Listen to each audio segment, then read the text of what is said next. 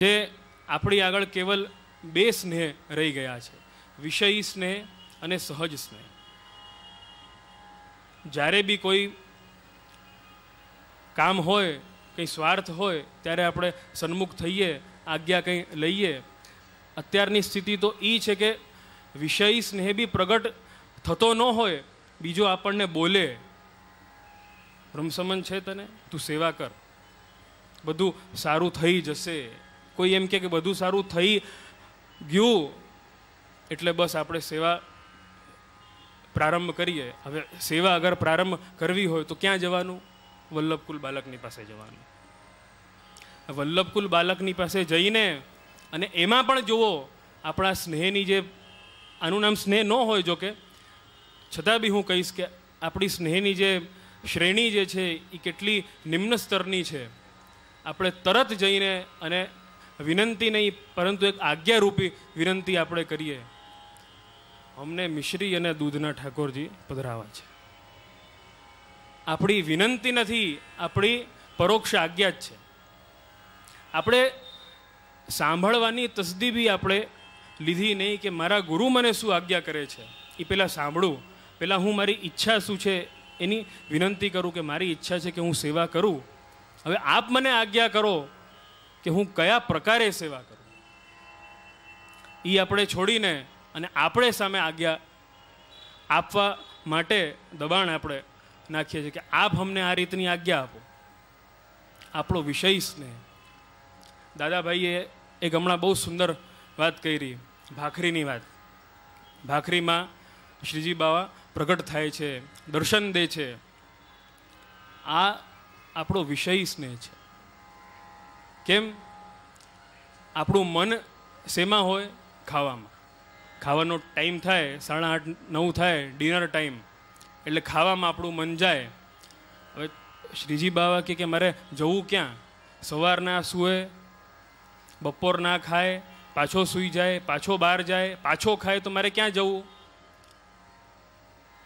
આની ઊંઘ પણ એવી છે ભયંકર કે આને તો સપના પણ ન આવે. સપનામાં પણ હું તો ન આવી શકું, તો પછી ક્યાં જાઉં? ભાખરીમાં જવું પડે. પછી દર્શન દેવા હોય તો પછી ભાખરીમાં પ્રગટ થવું પડે. એના સંદર્ભની જ એક વાત કહું આપને. એક બેન હતા, આ રીતે જેમ ભાખરીનો પ્રકાર જેમ ચાલુ થયો એમ જ એક બેન એકવાર ભાખરી રાંધી રહ્યા હતા દીકરાની માટે. દીકરો થાળી લઈને બેઠો હતો. દીકરાને ભાખરી બહુ પ્રિય હતી, બહુ ભાવતી. બેને ભાખરી બનાવી, ભાખરી સુંદર રીતે શેકાઈ ગઈ અને બેને ઉપાડીને ભાખરી દીકરાની થાળીમાં મૂકી.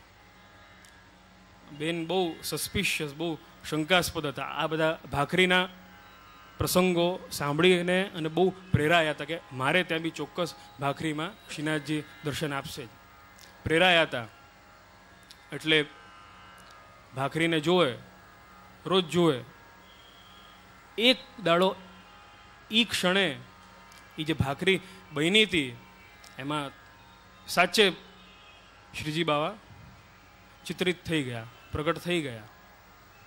અને હજુ તો ભાખરી જોવે, રોજ એ જોવે એટલે બહુ સહજતાથી કે ભાઈ હવે હું તો રોજ જોઉં છું, પણ તો બી શંકાળું, સ્વભાવ શંકાળું. એટલે ભાખરી એની થાળીમાં મૂકી. છોકરાને બહુ પ્રિય હતી. મૂકતા આવે તો છોકરો ભાખરી ખાઈ ગયો. અને એમાં હકીકતમાં શ્રીજી બાવા. હવે ઓલા બેનને બહુ દુઃખ થયું, ખીજાણ આખું. બેને આ તે શું કર્યું, આમ તેમ સમજો નહીં ઓલો તો કે શું થયું. પછી બેનનું બધું કામ થયું, બેન સૂઈ ગયા.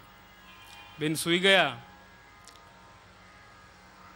શંકાળુ સ્વભાવ હતો અને બહુ તાપ બી થયો કે ભાઈ આજે શ્રીજી બાવા પ્રગટ થયા પણ દર્શન બરાબર આપ્યા નહીં. શંકાળુ સ્વભાવ. પછી રાત્રે સૂએ તો ત્યાં જોવે છે કે સ્વપ્નમાં શ્રીજી બાવા સ્વયં ઠાળા છે.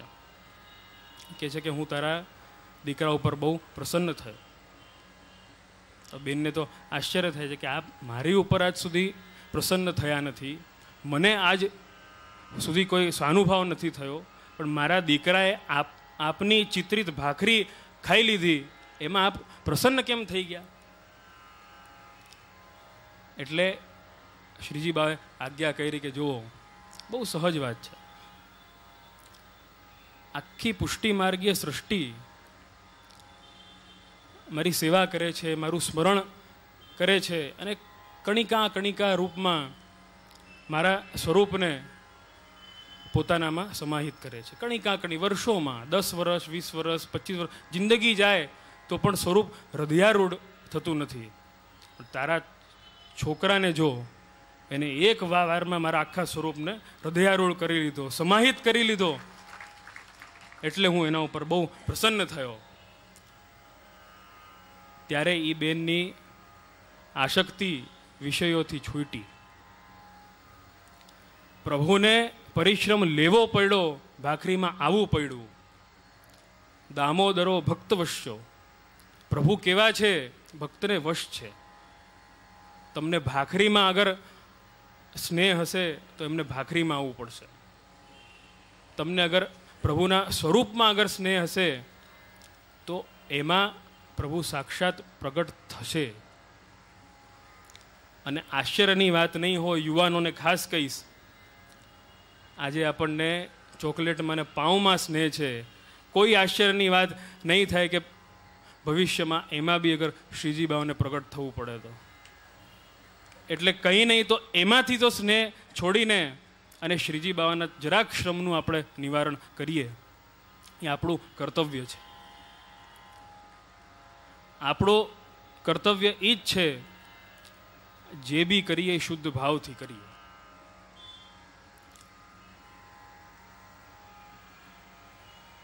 શિક્ષા પત્રમાં જ પહેલું જે પત્ર છે એમાં છેલ્લા શ્લોકમાં જ આનું નિરૂપણ છે કે જે કંઈ બી વૈષ્ણવો કરે શુદ્ધ ભાવથી કરે.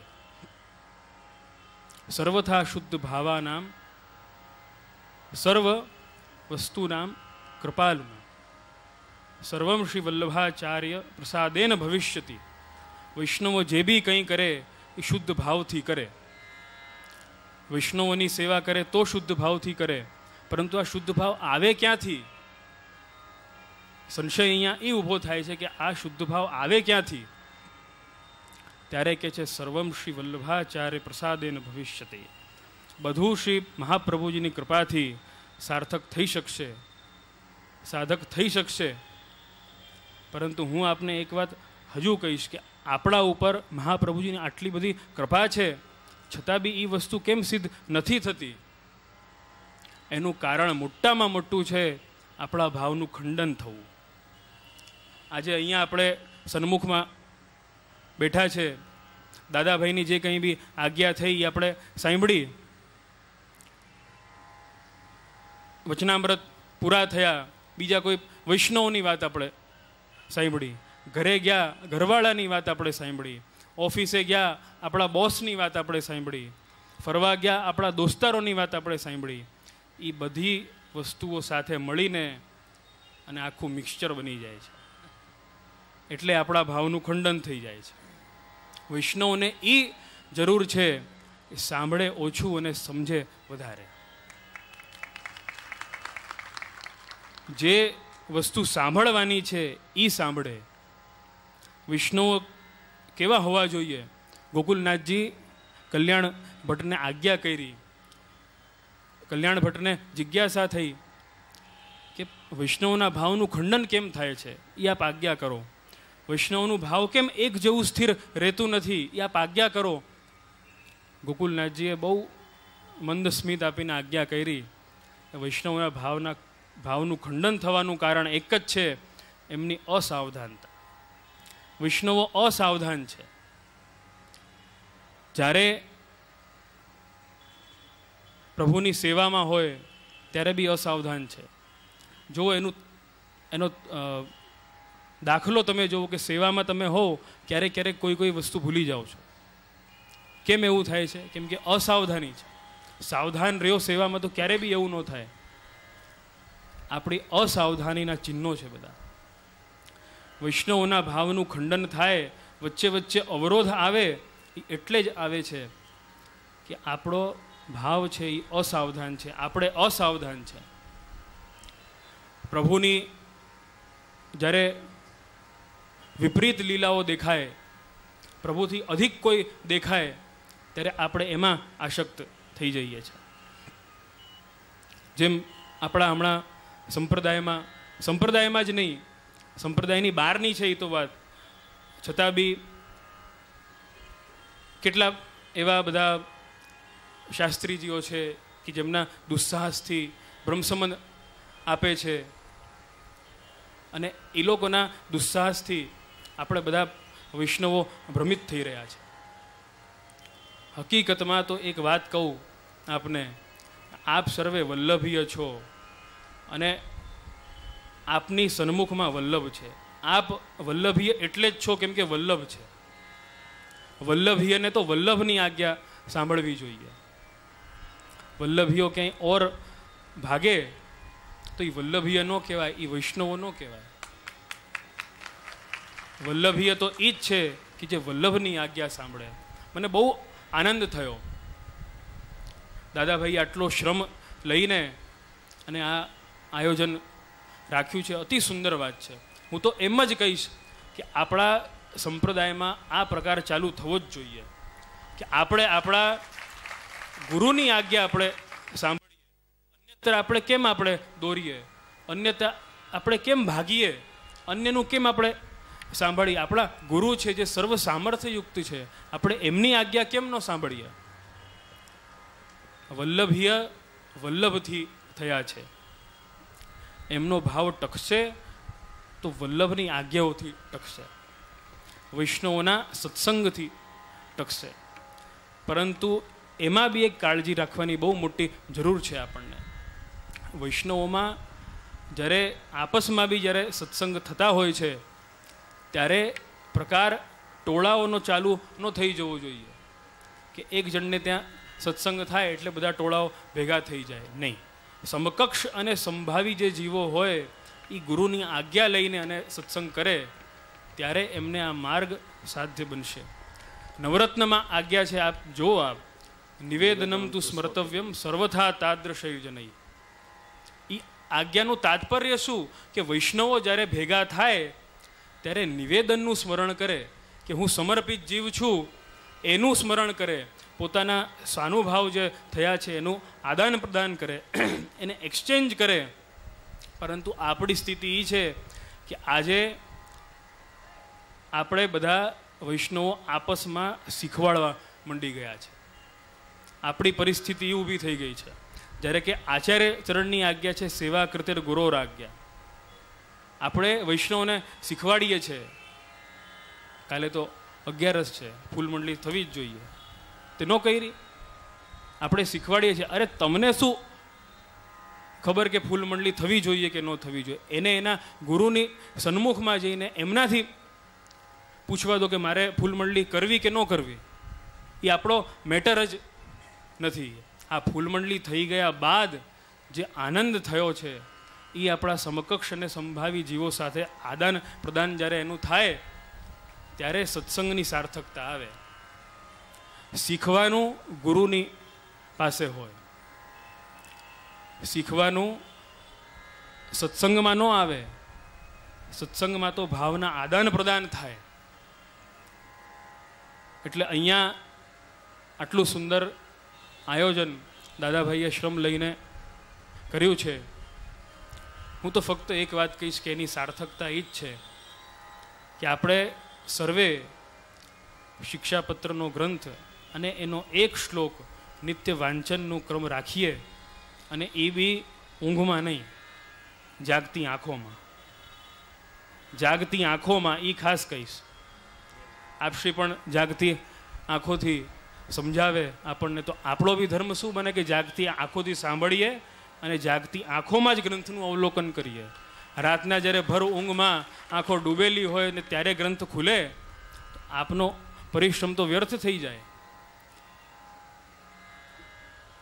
એવું દુસ્સાહસ આપણા વૈષ્ણવે ન કરવું જોઈએ. એટલે જાગતી આંખોમાં જ્યારે ગ્રંથનું વાંચન થશે ત્યારે જ એની સાર્થકતા રહેશે. અને વલ્લભની તો આજે એટલી બધી કૃપા છે કે દરેક સ્થળે વચનામૃત આદિનો ક્રમ ચાલુ જ છે. પરંતુ આપ સર્વે જો એને સાર્થક નહીં બનાવો, એનું અવલોકન કરીને અને એને જીવનમાં ઉતારીને, તો फिर तो वही बात हो जाएगी, तू है हर जाई तो अपना भी यही दौर सही, और नहीं और सही, और नहीं और सही. તમે જ બધા અગર હરજાઈ થઈ ગયા, फिर अपना भी यही दौर सही. વચ્ચે એક દોર એવો હતો કે જ્યારે વલ્લભના વચનામૃતો બહુ દુર્લભ હતા, થતા જ નહીં. વચનામૃતો થાય તો જીવનમાં એકવાર. વચ્ચે એક દોર હતો, પરંતુ આજે એટલું બધું સુંદર સમય છે, વલ્લભના વચનામૃત આપણને સાક્ષાત પ્રાપ્ત થાય છે, તો એને જીવનમાં ઉતારીએ અને એને સાર્થક બનાવીએ. આપણા ગુરુના, આપણા વલ્લભના પરિશ્રમને આપણે સાર્થક કરીએ, એ આપણું કર્તવ્ય છે. છેલ્લે એક વસ્તુ હજુ કહીશ. દાદાભાઈ દ્વારા જાહેરાત પણ જેમ હમણાં થઈ છે, એ પણ બહુ સુંદર કાર્ય છે, ગૌશાળા ઇત્યાદિકનું. આપશ્રી તો એટલો શ્રમ લઈને અને સતત પ્રવૃત્તિમાં હોય જ છે. આપણું ધર્મ એ છે કે આપણે એમની સાથે ઊભા રહીએ. એમાં જ આપના પરિશ્રમની સાર્થકતા છે. આજે સમય એ છે કે આજે આપણને કંઈ બી ભેટ ધરવી હોય, કંઈ બી આપણને વસ્તુ અગર ધરવી હોય, તો આપણી માનસિકતા એ રીતની થઈ ગઈ છે કે આમાં અમને ફાયદો શું થશે. એટીજી છે, આપણે પહેલાં માંગીએ છીએ, ઇન્કમ ટેક્સમાં બાદ હોય તો અમે આમાં આપીએ, નકર ન આપીએ. ઇન્કમ ટેક્સમાં બાદની અહીંયા કોઈ વાત જ નથી. તમારી ઇન્કમ છે એના ઉપર તમે ટેક્સ આપો છો, એમાં તમને બાદ જોઈએ, અને એના સંદર્ભથી જો તમે ભેટ અગર આપતા હો તો એ ભેટની સાર્થકતા શું થઈ? ભેટનું સ્વરૂપ શું? ભેટનું સ્વરૂપ એ કે જેમાં આપણો દાસત્વ અંગીકાર થાય, જેમાં આપણો મમત્વ અંગીકાર થાય. તો મમત્વ તો રહી જ ગયો. જ્યારે ઇન્કમ ટેક્સની વાત આવી ગઈ, મમત્વ તો જેમ છે એમ જ રહ્યો. તો પછી ભેટ ક્યાંથી થઈ? એ તો દાન બી ન કહેવાય. દાન પણ એ છે કે જે આપણી સત્તા એના ઉપર છોડીને અને બીજાની સત્તા એની ઉપર સ્થાપિત થાય, એ દાન છે. એમાં તો દાન બી ન થયું ને ભેટ બી ન થઈ. આ તો બીજું જ કંઈ થઈ ગયું. એ તો सौदेबाजी हो गई. सौदेबाजी का अपना मार्ग नहीं है.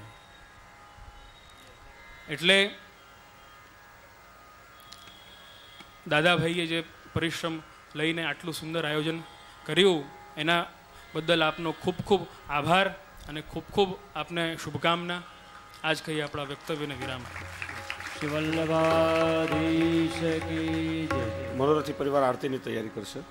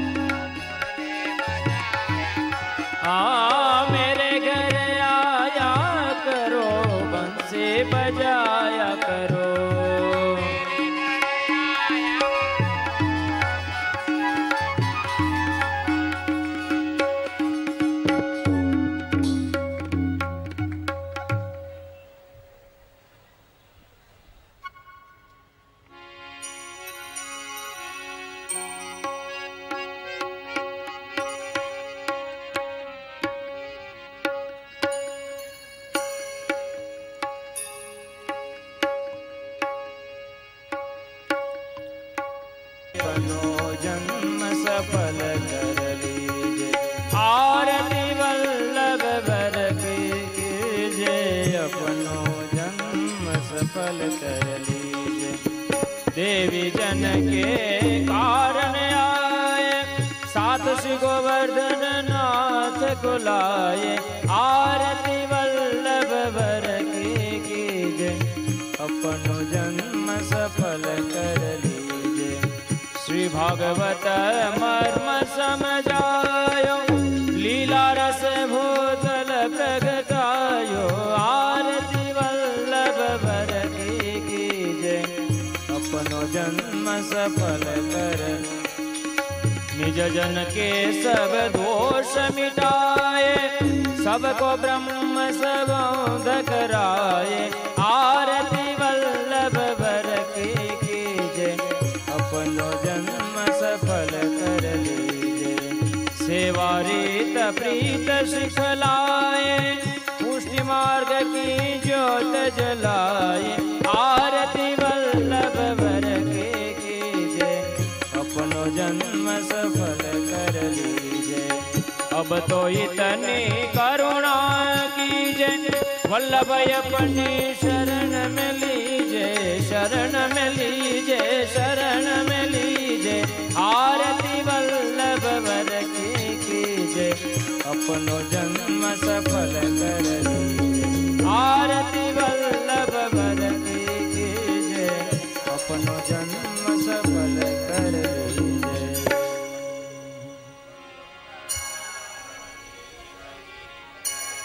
વૈષ્ણવ ખૂબ આનંદની વાત, અમારા અતુલભાઈના પ્રયત્નથી અંધેરી સુધી ઇન કેબલ અને વિન કેબલમાં લાઈવ ટેલિકાસ્ટ આજથી ચાલુ થઈ ગયું છે કે હજારો વૈષ્ણવ ઘેર બેસીને લાભ લઈ શકશે.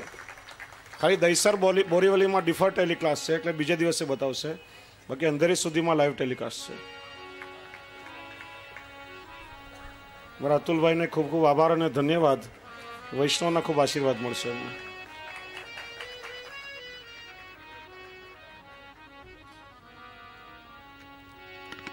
दृढ़ चरणन केरो भरोसो, दृढ़ चरणन केरो, दृढ़ चरणन केरो भरोसो, दृढ़ चरणन केरो भरोसो।